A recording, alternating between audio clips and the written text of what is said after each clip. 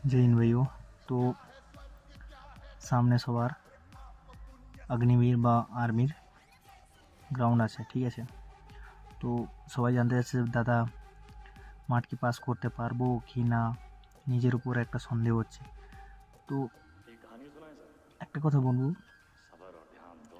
যারা মেহনত করেছে এবং যারা বিশ্বাস রেখেছে নিজের উপরে তারা কনফার্ম পাস করবে।